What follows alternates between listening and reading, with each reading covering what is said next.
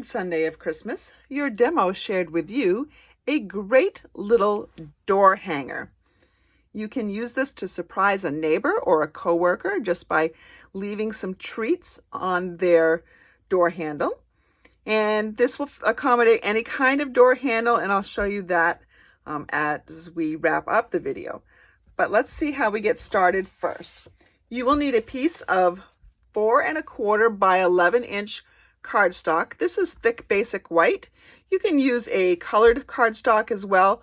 I would just steer clear of the basic white or the very vanilla regular cardstock because those are thinner. You will bring in a paper trimmer.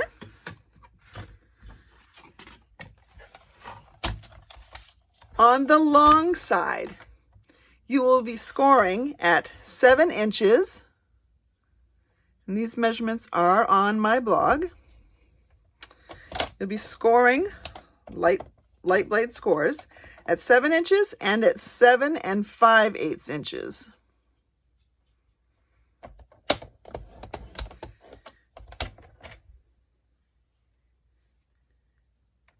So with this marker right here, that means that this distance right here is 3 3/8 inches. That will become pretty important in just a moment. We will then rotate our cardstock and score at 5/8 inches.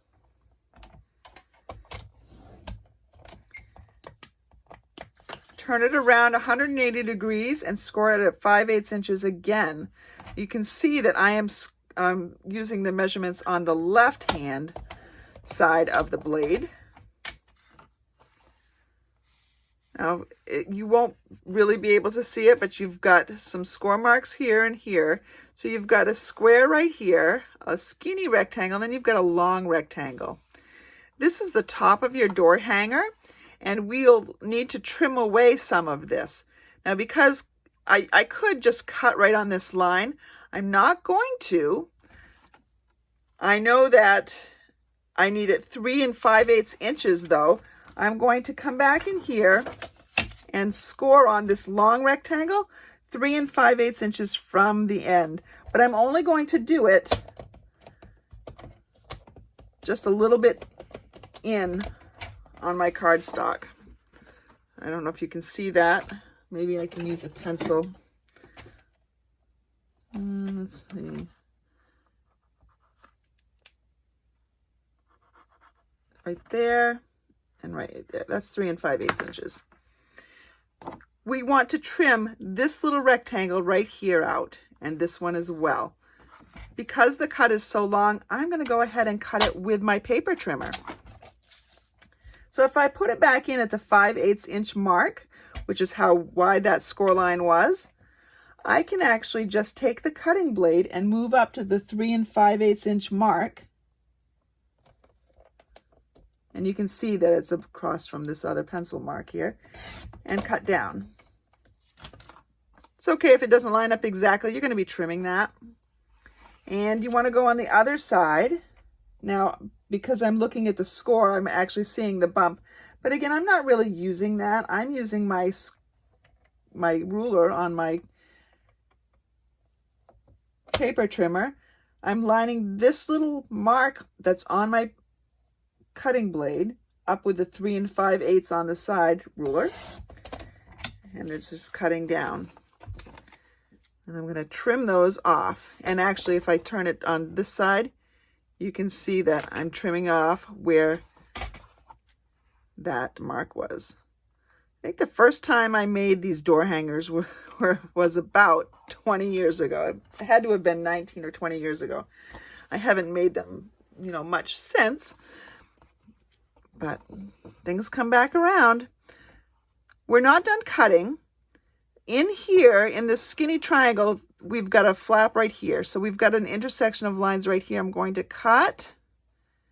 And these are our tabs. So I'm going to miter tabs. Just these two inside here. Angle cut, you might refer it to. You're just trimming it so that it makes it have cleaner edges when you've put the box together. much easier to cut these on an angle right now than trim away problems later. I'm going to put my paper trimmer away for just a second. Now we're going to sort of put the box somewhat together so you can see how it goes. I'm going to use my bone folder to make nice creases on all the score lines. Wouldn't it be fun for somebody to just leave something as a surprise on your door? Now, I'd probably feel safer with it if it were somebody at work than just somebody coming through my neighborhood. So if you're doing it with to a neighbor, I hope you're part of a secret sister plan or something like that where they are expecting something. Otherwise, you might really want to leave your name so that they know that, you know, you're not leaving poison. That's horrible to say, right? Sorry, but you know, never can tell these days. I'm going to take some sticky strip and I'm going to put this right along here. So I'm starting at the side opposite of this cutoff end right here. All right, I'm just going to press that down a little bit. And now, before I actually go ahead and form the box, what you'll see is this will come up like this, and there's our box. We'll tuck these things in. So I need decoration here, and I need decoration here. I'm going to get out the Painted Christmas Designer Series paper. It has some beautiful paper in it. You can see some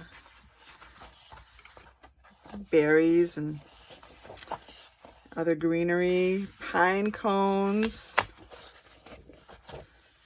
and this one is a very pretty color. This would look great on soft sea foam. Got some regular pine cones, just pine cones. I love this paper. It looks like, I think it's Pool Party. Let's see. Doesn't say what color it is, actually.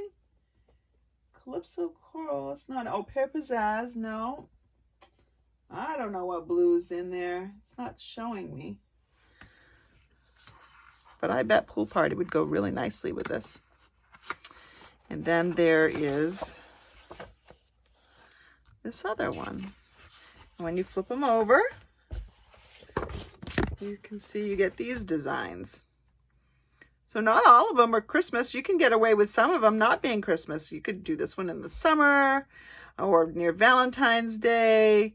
You know, certainly summer, some wintry ones too, but it's not all Christmas, which is great. That's how Stampin' Up!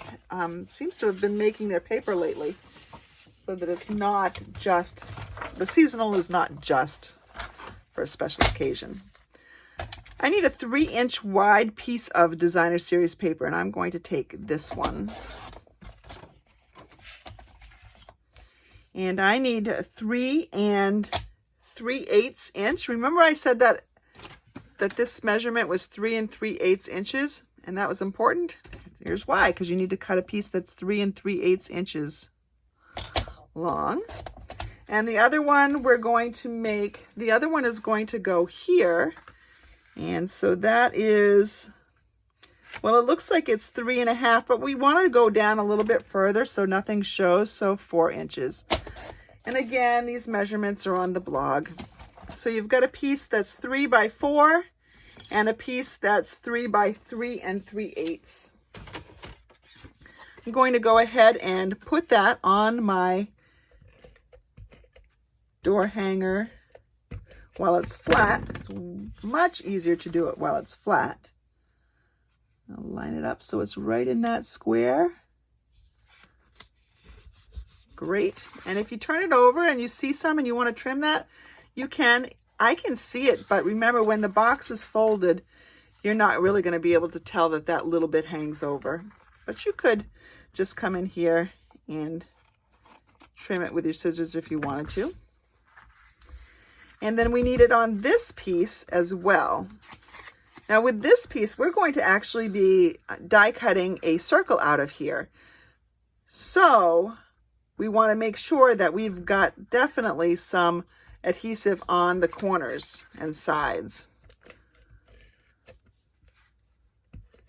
So here's where I probably use more and not less. And if there's a direction to your paper, you need to pay attention when you're cutting it, because you don't want things going upside down. Now, see this one, things go left, right, they go up and down, so it's not directional, but some paper is directional. Oops, wait a second, I'm lining that up wrong. See if I can get it up. Okay, I want to line it up with the top. Silly me. There we go. Now all we have to do is form the box. Let's go ahead and take a 2-inch punch. Now, if you don't have a 2-inch circle punch, I'm sorry, Stampin' Up! No longer carries it right now. But we do have layering circle dies, and so you can cut this out with by die cutting it as well. I'm just going to come down here and put it all the way in and cut that out. So I have that. And you can save this for something else. Now remember how we put this tape all along here? That was just so I didn't have to cut some little strips. I'm going to actually cut that now, cut that away. I'm going to take my Take Your Pick tool to help me get off the backing for this. And so on this little piece, you have a little extra, just fold that over. Nobody will ever know. Take this one off too.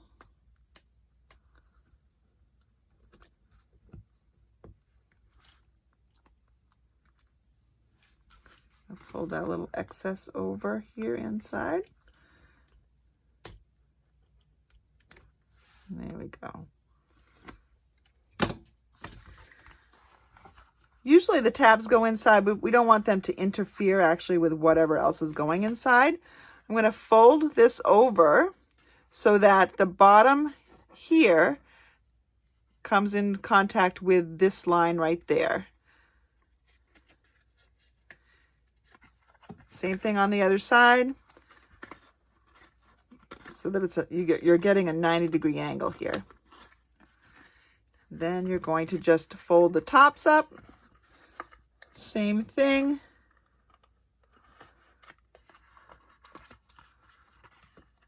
And this one tried to stick down first before I was ready for it. There we go, we've got it. If for some reason you've got a little something extra, you know, hanging out where it shouldn't be, you can go ahead and trim it. But there's your box. We just need to decorate that now.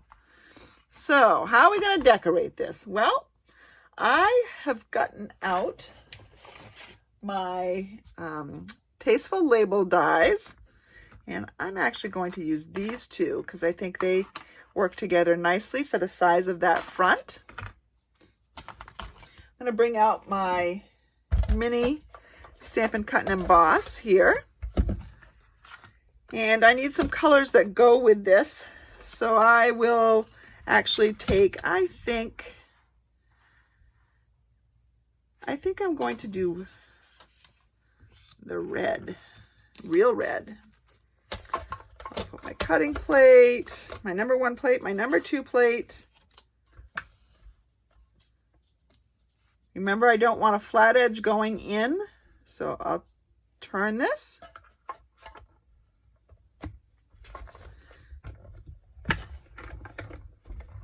Send this through.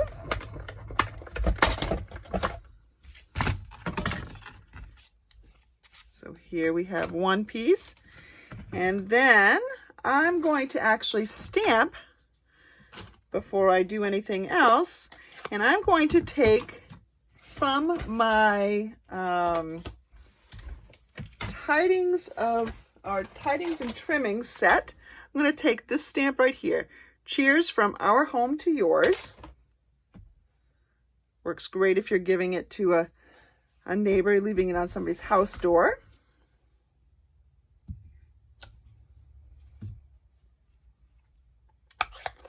Close that up before I get anything else.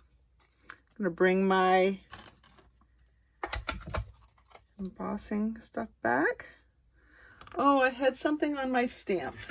Well, that means I need to clean my stamp and try that again. I think I had a cat hair or something. All right, let's try this again.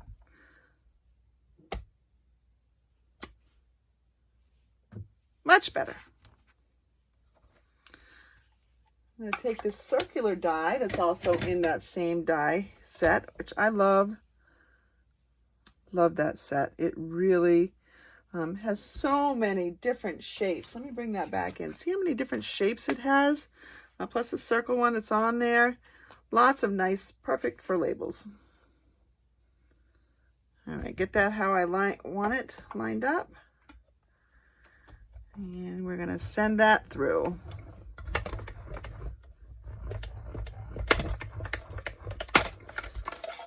right. And we have that piece right there. Get that out of the way.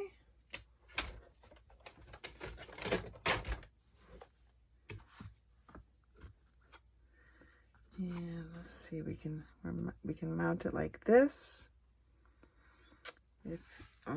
I think we need a little bit of dimension in here somewhere. I'm going to put this one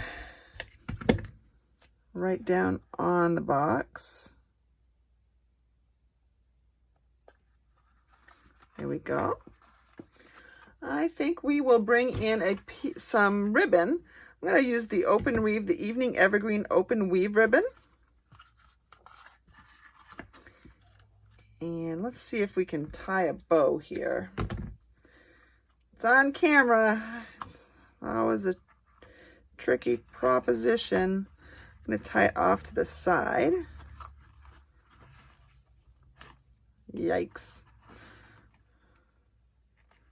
I don't know why I ever tried doing this on camera.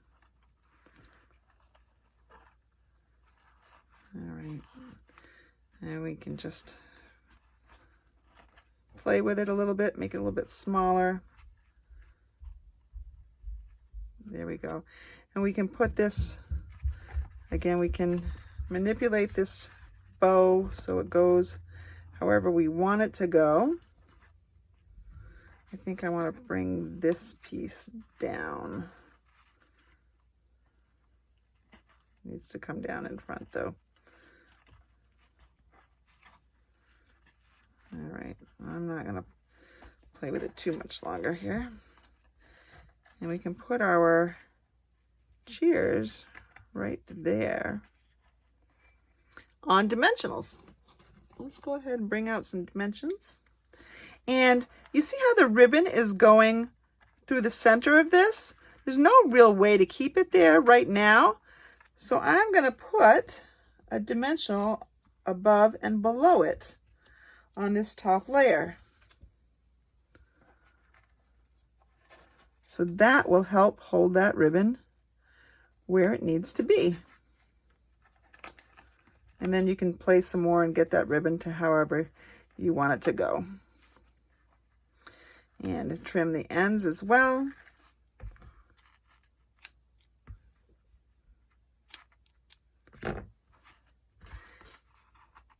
And put a few treats in there. It'll hold quite a bit. Again, a nice packet of hot chocolate with some peppermint, little candy canes, and maybe some chocolate to go in it would be great. What if the door handle doesn't accommodate this? Maybe it's an older fashioned door handle. It's bigger.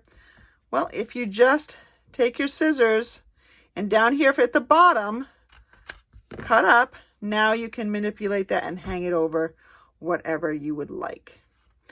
A cute little presentation for a neighbor, a coworker, or a friend.